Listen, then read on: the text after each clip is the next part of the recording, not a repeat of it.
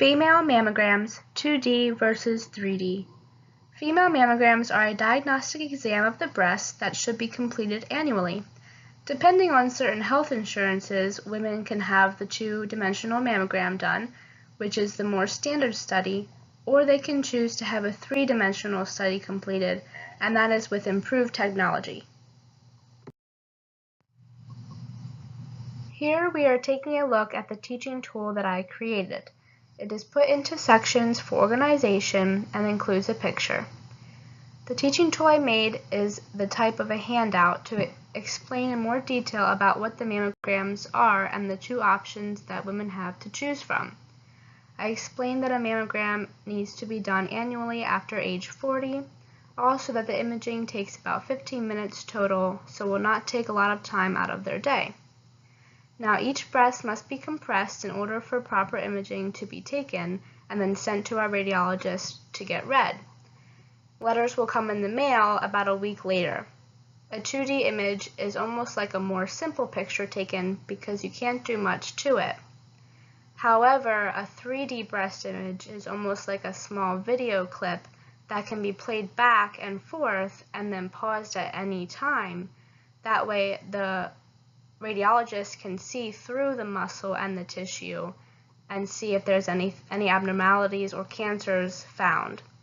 I believe this tool has the proper knowledge on it to inform women when they're reading it in the waiting room. If they have further questions, then they can ask the technologist if they can answer. My personal experience occurred in an outpatient facility. The overall environment inside was pretty much for women to sit and read their handouts, and it's very relaxing.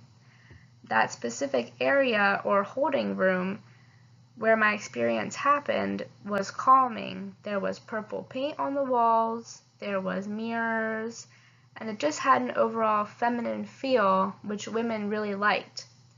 Now, since the target of the teaching tool is for women around age 40 and older, I thought it would be good to incorporate some of that, pink colors or flowers into the handout for better appeal to them.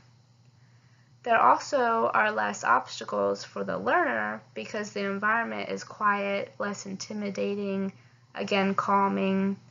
And then also for me as the technologist, it can be beneficial because the individual needing to learn can give their full attention to me, and then what I'm trying to get across comes across correctly.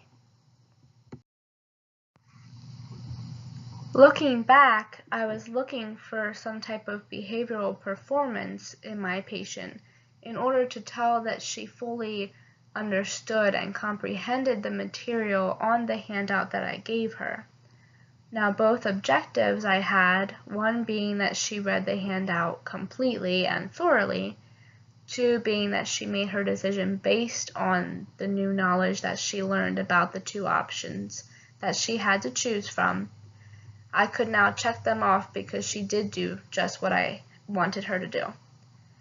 The main learning domain that was used in this experience that I went through was cognitive. It focuses on the learning steps. After the patient has the knowledge of the new material from the handout or another type of teaching tool, they can then use that knowledge to fully comprehend. And once they have the comprehension of the material, then they can evaluate it, and then that leads to making their own personal best decision in their interest.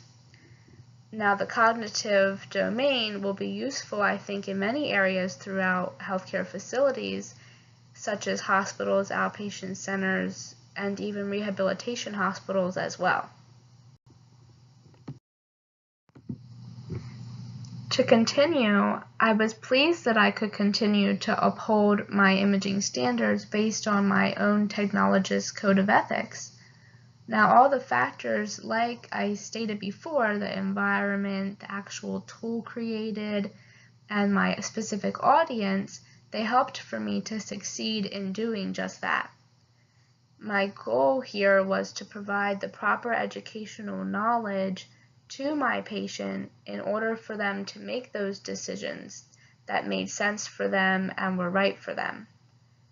The mammogram teaching tool would allow for more increased positive feedback from the experiences that these women go through each year when they get their mammogram, if they continue to get it yearly.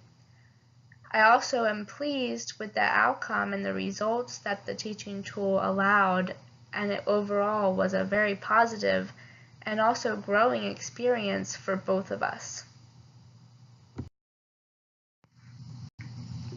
Lastly, I just wanted to include a few images to show what mammograms look like. In the first picture, we are comparing a dense tissue breast to a fatty tissue breast. Radiologists use these types of images to tell people what kind of breast tissue they have. Also, the second one demonstrates our side view that we take. It's also known as a MLO, which stands for mediolateral oblique view. Then we have, in picture 3, a 15 millimeter cancerous mass. I have it circled there on the picture. You can see when you compare the 2D of the breast on the left to the 3D breast on the right, that the mass is actually sharpened and can be correctly diagnosed because of the improved technology from the 3D advancement. Cancers will have a sort of spider effect to them within the breast tissue, which tends for them that they are able to hide within the tissues. Lastly, which is very interesting, the fourth picture shows all the images taken of both the breasts with and without implants. Now, it's not that we're taking the implants out, but we simply the technologist has to push them back in order to see what the actual breast tissue looks like without the implant there. So again, overall, my personal teaching experience with this fine woman who had to get her first mammogram done, although she was nervous, we got through it, and my experience here was ideal and overall went great.